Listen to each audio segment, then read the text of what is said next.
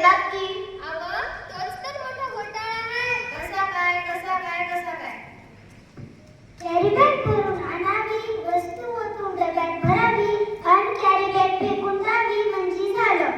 त्या कॅरी बॅगा समजा गटारीत अडकतात, चौदा नाल्यात तुडुंब भरतात आणि सांडपाणी येतं रस्त्यात. काय सांगता काय बाई? म्हणून म्हणते मली बाजारला जायचं नाही, मली बाजारला जायचं नाही. कागं बाई कागं बाई कागं बाई. अगं माझी हरणी दुधाची म्हैस.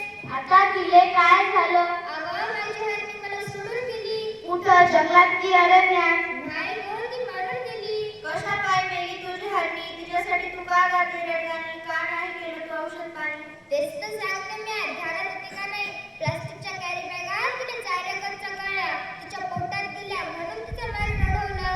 तिचा बेचारा रेडकू रड रडलं. दुधा वाचून त्या लेकराचं अडलं. माझं मन खूप तडफडलं. प्लास्टिकचा कचरा हेच कारण जनावरांचं ओढवते मरण. म्हणून म्हणते काय म्हणते? मली बाजारला जायचं नाही, मली बाजारला जायचं नाही. अगं सरकारने काढलाय आदेश, प्लास्टिक नका वापरू हे त्यातलं विशेष. सजीवांना वाचवूया हा दिलाय संदेश. पेपरातली बातमी वाचली का नाही?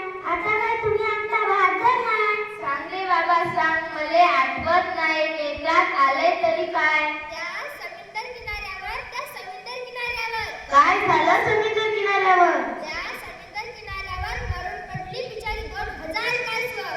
त्यांच्यासाठी डौलातून उडतात कासवं.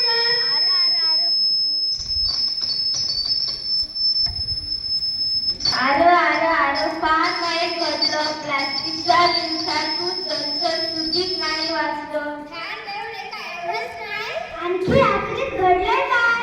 प्लास्टिक वापरू नका सरकारने केलाय कायदा, सजीवांना वाचवायचा केलाय कायदा. खरंच की काय? आपण आणि पोरंबाळ खाणार काय? आपली कानबाळ ओसाडवर काय? कशी काय कशी काय? जमीन नांगरली, प्लास्टिकची जाळी वरती आली, शेतात पीक येईल कसं? कशी मिळतील खंडीभर कणसं? म्हणून म्हणते मली बाजारला जायचं नाही, मली बाजारला जायचं नाही. यापेक्षा मी आज सांगतो तसं कर, समजा लोकांना उपदेश कर. प्रभू काय? वापरू पिशवी कापडाची और कागदाची, प्लास्टिक पिशवी नकोच. काळजी घेऊ वसुंधरेची.